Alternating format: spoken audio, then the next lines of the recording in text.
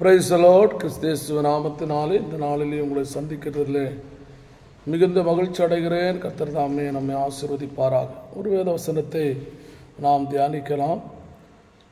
ஸ்தோத்திரம். 91வது சங்கீதம் 11வது வசனம். உன் வழிகளெல்லாம் உன்னை காக்கும்படி உனக்காக தம்முடைய தூதர்களுக்கு கட்டளையிடுவார். இந்த வேதவசனம் இப்படி சொல்லுகிறது, உன் வழிகளிலே எல்லாம் உனக்கு ஒரு பாதுகாவல் வேண்டும். அதாவது இந்த உலகத்தில் வாழுகிற எல்லா மனிதர்களுக்கும் பாதுகாவல் மிகவும் அவசியமாயிருக்கிறது. அப்போ ஆண்டவருக்கு பயப்படுகிறவர்களுக்கு அல்லது ஆண்டவரை நம்புகிறவர்களுக்கு, ஆண்டவரை சார்ந்திருக்கிறவர்களுக்கு, ஆண்டவரையே தஞ்சமாய் கொண்டிருக்கிற மனிதர்களுக்கு ஆண்டவராகிய தேவன் சொல்லுகிறார், உன் வழிகளிலெல்லாம் உன்னை காக்கும்படி. பாருங்க, ஒரு தனிப்பட்ட மனிதன், ஒரு தனிப்பட்ட மனிதனை காக்கும்படிக்கு தேவன் தம்முடைய தூதர்களுக்கு கட்டளை கொடுக்கிறார். அதான் சொல்லுகிறது, உன் வழிகள். அப்போ ஒவ்வொரு மனிதனுடைய வாழ்க்கை என்கிற வழிகளில், குடும்பம் என்கிற வழிகளில் அவர்களை பாதுகாப்பதற்காக தேவ தூதர்கள் இருக்கிறார்கள். தம்முடைய தூதர்களுக்கு அவர் கட்டளையிடுவார். தம்முடைய தூதர்களுக்கு ஆண்டவராகிய தேவன் கட்டளை கொடுக்கிறதாக இங்கே சொல்லப்படுகிறது.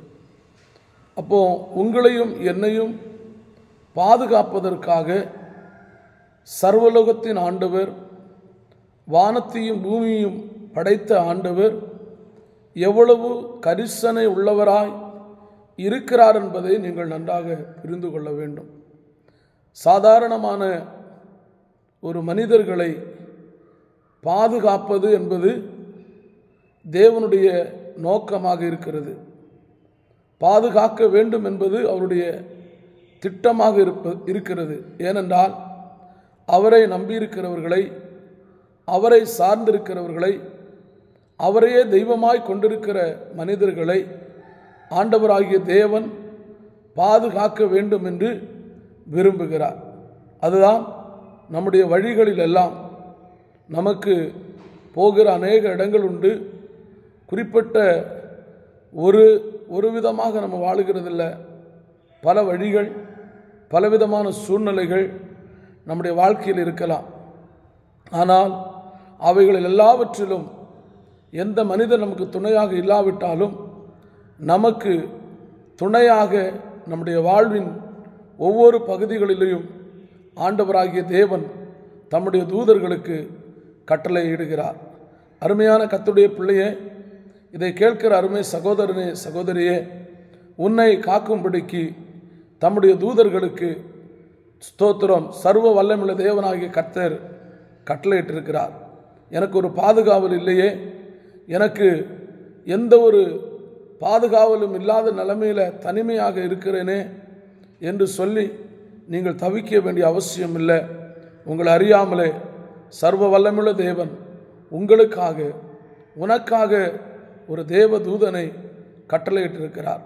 அவர் உன்னுடைய வாழ்நாள் முழுவதும் உன்னை வழிநடத்த, உனக்கு பாதை காட்ட, உனக்கு விரோதமாக இருக்கிற சத்துருக்களின் கிரியைகளை அழிக்க அவர் போதுமானவராயிருக்கிறார்.